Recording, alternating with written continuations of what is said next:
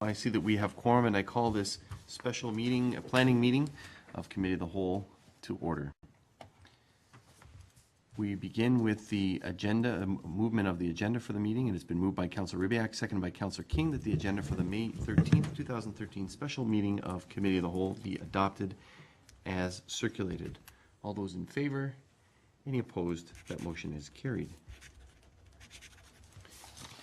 Thank you. The next item is disclosure of pecuniary interest, that is conflict of interest, and the general nature thereof. Do any members need to disclose any conflict of interest at this time? Can that be noted in the minutes, please? Thank you. And I don't have any either. The next is a Planning Act application. We have two this evening. Next on the agenda is the chair recites a form of notice. So it has, the Planning Act requires under section 3412 that council must hold at least one public meeting for the purpose of informing the public in respect of a proposed amendments to the bylaw. And that is bylaw on Doug Tucker Construction Limited zoning bylaw amendment.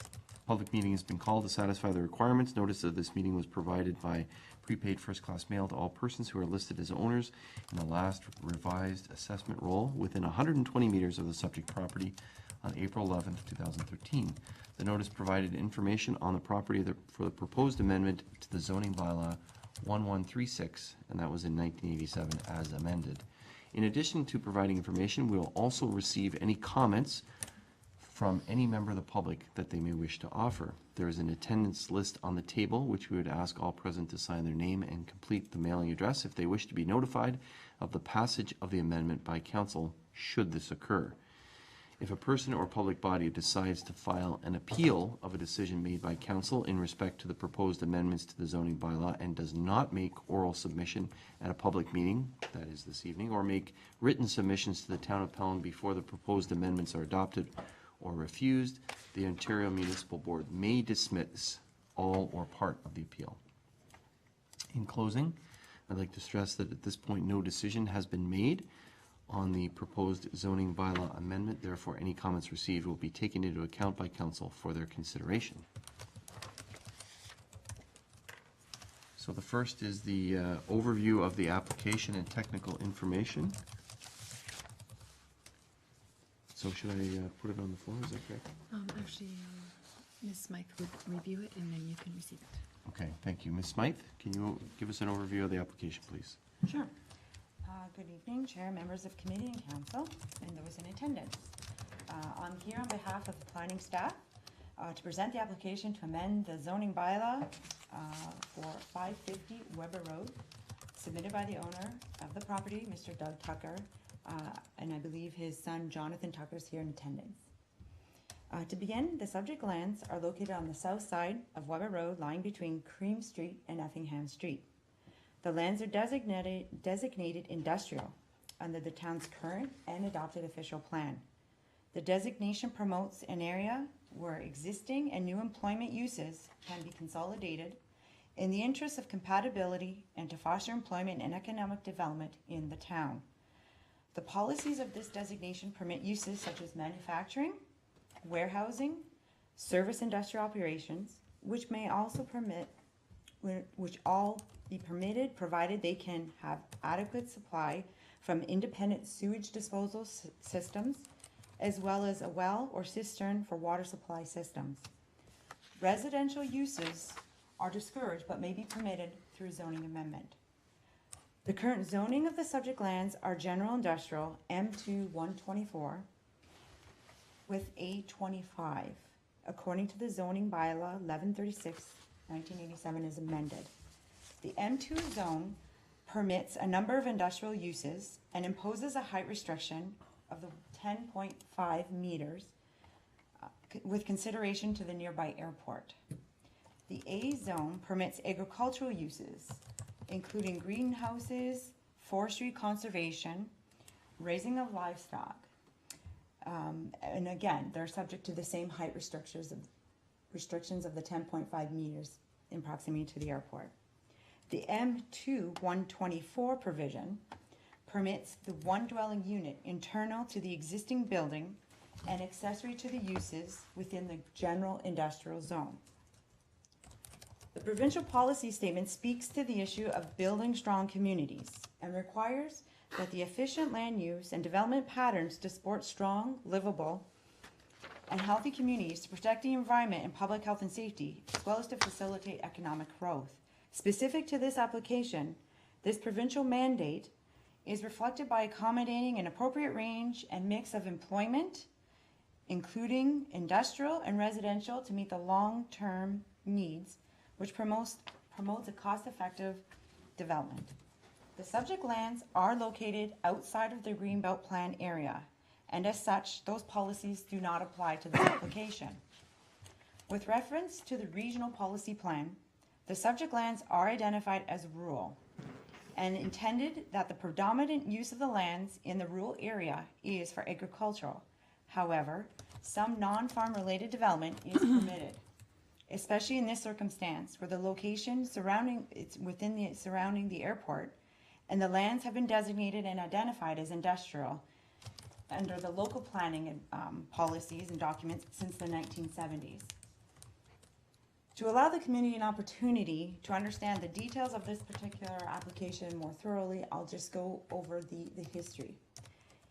In 2004, Mr. Tucker submitted an application to rezone the lands to permit a combined use which consisted of a building with construction trade establishment on the ground floor level and an internal dwelling unit located on the upper floor.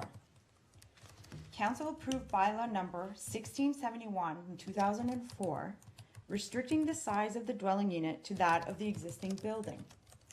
The building existing at the time of passing the bylaw measured approximately 130 square meters in the ground floor area, and the dwelling unit was located on the entire upper floor. Subsequent to the bylaw passing, the applicant constructed a two-story addition, increasing the footprint of the building to 156.4 square meters. As a result, the dwelling was expanded in contravention of the zoning bylaw. In October 2005, Mr. Tucker recognized the contravention and submitted an application for a secondary zoning amendment to permit the expanded accessory residential use of the building. In November, a notice was circulated to the commenting agencies identifying the amendment to the bylaw. The Regional Planning and Development Department provided their comments in December of 2005, indicating that the region would not have an objection to the application, subject to an environmental impact study being completed, which would assess the impact of the nearby provincially significant wetland, as well as meeting the regional public health requirements for the septic system. In July of 2006, Mr. Tucker subsequently submitted an application for an amendment to the official plan, and this was to allow for the full conversion of the building to be used for residential use. To capture both the official plan and the zoning bylaw amendments, the town circulated another agency notice as well as a public notice in August of 2006. The town convened a public meeting on September 25th, 2006, and no members of the public signed in at the meeting and no written submissions were provided. A letter was received from the Regional Planning and Development Department the day after the public meeting. They highlighted concerns with respect to the woodlot and wetland that was located on the lands, as well as the existing septic. In addition, the region also identified concerns with the proposed conversion of the entire building for residential use. Specifically, since the full conversion in an industrial zone would limit the ability of other surrounding parcels of land to be utilized for future industrial purposes due to the inability to meet the separation distances contained within the Ministry of the Environment land use compatibility requirements. Therefore, Mr. Tucker decided to suspend the application process until these issues and requests were resolved. Over the last several years, Mr. Tucker met on several occasions with the Niagara Peninsula Conservation Authority to discuss the potential impacts on the wetland and to determine the appropriate mitigation. The Conservation Authority has provided confirmation that the issues pertaining to the encroachment on the wetland has been resolved. Mr. Tucker also decided that the conversion of the building to residential use was not compatible with the overall intent of the industrial component of the property and decided to withdraw the official plan amendment application and revert back to the original zoning bylaw application only. Okay. In December of 2012, Mr. Tucker submitted an application for site plan control for the construction of a new industrial commercial building.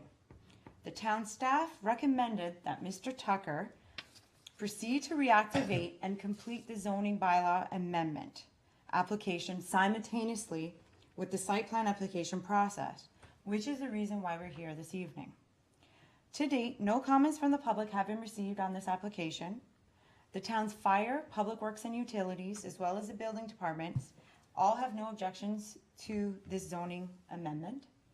The region of Niagara and the Niagara Peninsula Conservation Authority also indicated that they have no objections of this zoning amendment. To reiterate, the intent of this meeting tonight is to provide you and the members of the public an opportunity to receive the information on this application and to not make any formal decisions. Thank you.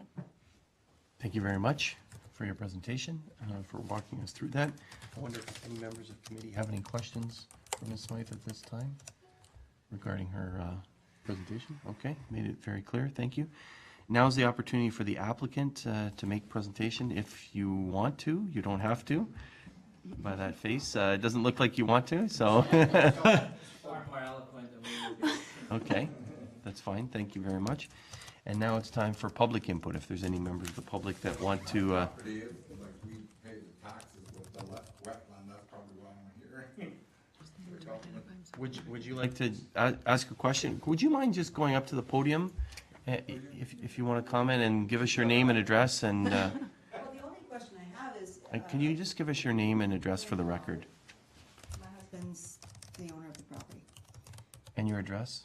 488 Wallace Avenue North. Okay, okay, thank you. And, Property's by the well in the airport. They know where the property is. well, for the record, it might be important to put it in the record. You can see Okay, the airport it is is. landing from my property. On the satellite, I looked today and it seems like we're just to the, if you're going towards Waynfleet, we're on this side of the Tucker's property, as far as I can tell. You're on the west side? I guess That so, yeah. used to be yeah. Woodruff Steel a long time ago, that's the property, I thought it was called Woodruff Steel, before you guys were there. Well, I know when the property was purchased, when, like, I was probably Yeah. 8. My father And it had the was, land since I it was young. bush when Yeah. I bought it. Mhm. Well, that's where I am in the bush there, Yeah. but if there's a field in the I think you're the, probably it's like a, looks like some kind of warehouse. Yeah. You're the So you're closest. 2 properties over, are you? I I'm not here couldn't to- tell, just to be for honest with you, if we were two, or if we were right That's all. against them or 2 properties over. We're not, we don't have frontage on Weber Road. We're Oh. behind the property right on Weber Road. Oh, Oh, okay. So we're between, like, there's a farmer's field kind of between us and the airport. Okay. And then, It used to be a hobby farm like my father had, Mhm. since I was little, we went there, and we had animals, but now there's nothing, the kids burnt the shacks down, there's just land there. I mean, Okay. we're just concerned about the taxes going up. Yeah. So go ahead. well, also, some of what Ms. Smythe mentioned, if I understood it correctly, is there was an application made, then they decided to withdraw that one. The new application isn't exactly the same as the first application, right? The first application was to, Yeah, I think the first application was a zoning change because of the addition. And it was just to deal with that addition on the second floor. okay. And as that went through, there was an application for official plan amendment for the entire building, that it be turned residential, I guess the property as well, is that correct? For the building For only. the building only, so the entire building. Right. Now, And is then that the one as- we're looking at now? Is No, that- and then as it was put forward that was withdrawn, and now we're just dealing with the residential on the top floor. Okay. Really, so the expansion. They're not changing the like thing with the tax, that's what we wonder, like the taxes How, would what be higher. implication would it have on our taxes if the zoning was changed, basically? Any? On your taxes? Taxes, yeah, I mean, Was it just gonna be like their tax, not ours? We don't think it, well, Both the zoning change. Ms. Smythe, any answer? Just to address that question, the zoning is only specific to that particular property and should not have any influence on any abutting properties. And so tonight, and the purpose of the zoning is to reflect and to permit the expansion of the residential, not just the upper floor, but there was an expansion on the ground floor, so it's just to recognize and to deal with those matters. But something you said also kind of sounded like if they had gotten the approval to make the whole building residential and have no business there, that could influence whether we could have industry on our property, which we have no intentions of doing, so Yeah. it wouldn't matter anyway. Right. But it sounded like, you know, No, you're that's- right. Well, in considering that this is the only area designated for industrial use. It's always been industrial. Yeah, and agricultural as Yeah. well. The region, in interest of what our local policy stipulates, it would not allow for any future opportunities for industrial uses if you were to convert that all to residential. You'd pretty much limit would- that opportunity. yeah, it would- That's what I gathered. Yeah. I was at a meeting with my father a long time ago, and one lady on Weber Road wanted to build a barn, and they wouldn't allow her to build a barn. I know that's still. That could be with respect, it depends on the height, because anything in proximity to the airport, they're limited to 10.5 meters, which is approximately about 35 feet. So anything above you cannot. Maybe that's what you're. So, have I answered your questions? Yeah, you have. Okay. Yeah, I think based, So it doesn't seem the property taxes or your property taxes would be impacted at all by No. this change. you know, we just wanted to make sure there was nothing that was gonna change that, and we have no plans to do any industry on that property anyway. Okay. So, Anything further? I don't think so, Danny, and nothing else. That's about it. Okay. Thank you very much, Ms. Robert. Appreciate that. And I guess there's no other input from the community, so, yeah, okay. That's great, thank you. So, the next item is the report itself, presentation of resolutions. And then council can ask questions about that now that we've received some public input. So it has been moved by Councillor King, seconded by Councillor Ribbiak, that the committee of the whole receive report number 2013-05-07-001 for the zoning bylaw amendment application file number AM11/05 for 550 Weber Road, Part Lot 11, Concession 14, former Township of Pelham, now Town of Pelham. And further, that the committee direct the planning staff to prepare a recommendation report to be presented at a subsequent meeting. Is there any further questions or comments about this input from members of the committee? Councillor Durley. I just have one question, Mr. Mayor, through you. Perhaps Ms. Smythe can answer that. There's a dual zoning on that, and I'm assuming that the front portion is the industrial portion and the rear portion is the agricultural portion. Is there a line basically there divides the two different zonings on Ms. one Smythe? property? Yes, that is correct. There is. Okay, so in fact, where these buildings sit is has no reference whatsoever to agriculture. That's correct. Okay, thank you. Thank you. Councillor Kersey? Thank you, Mr. Mayor, through you to Ms. Smythe. The purpose of the site plan agreement that was applied for is what? We've already approved that, I believe. Yes, the site plan agreement is specific to the industrial and commercial building on the site. Nothing to do with the PSW and the berm location? No, and the Conservation Authority had conversations, and we also have correspondence from them with respect to the PSW and the buffering, and it's all satisfactory to the requirements. Okay, thank you. Others? So we're asking for a report. The timing, can you tell us the timing of the report? Should we, For the recommendation report? At the subsequent meeting. So next week, or are we talking in Yes. June? Next week? June for committee, is that right? If that does Committee of not- the whole will be June 3rd. So it'll be June 3rd. June 3rd. June 3rd. Okay. All right, we'll look forward to that. Anything else? There being none, I call the question. All those in favor? Any opposed? That motion is carried.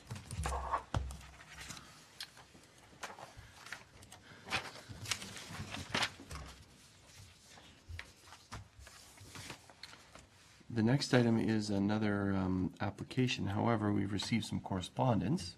So it has been moved by Councillor Durley, seconded by Councillor King, that Committee of the Whole receive the correspondence dated May 24th. Dated May 24th?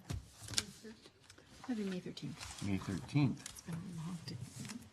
May 13th, 2013, from Luchetta Homes requesting postponement of the public meeting for Davis Heights be received and that the public meeting on the application be postponed pending receipt of further direction from the applicant. Any discussion? I think we have that correspondence. Going to call the question. All those in favor? Any opposed? That motion is carried. Just formally receive that. Oh, yes. It was submitted with the report, but I think it should still be received. Okay. There was an item of correspondence by Helen and Gord Armstrong. So it's been moved by Councillor Papp, seconded by Councillor Kersey, that the correspondence received at the public meeting held, this should be May 13th again, 2013, regarding zoning application for zoning bylaw amendment, site plan and plan of condominium, applications file number AM05/11, SP0111, and 26CD19-11001, Davis Heights, formerly Meritage Estates, be received for the information of committee and referred to the Director of Planning and Development Services as follows. One item, Helen and Gord Armstrong. Any discussion? There being none, I call the question. All those in favor? Any opposed? That motion is carried.